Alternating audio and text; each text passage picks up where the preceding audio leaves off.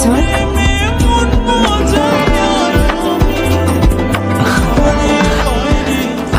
Sir আপনি এখানে?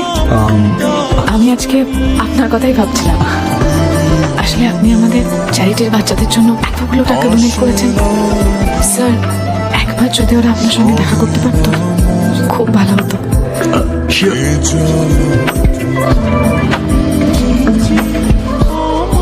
এই স্যার আমাদের চ্যারিটিকে অনেক টাকা ডোনেশন দিয়েছে। এই স্যারকে থ্যাংক ইউ বলো। Thank you sir. Thank you sir. এবার আমাকে থ্যাংক ইউ বলো।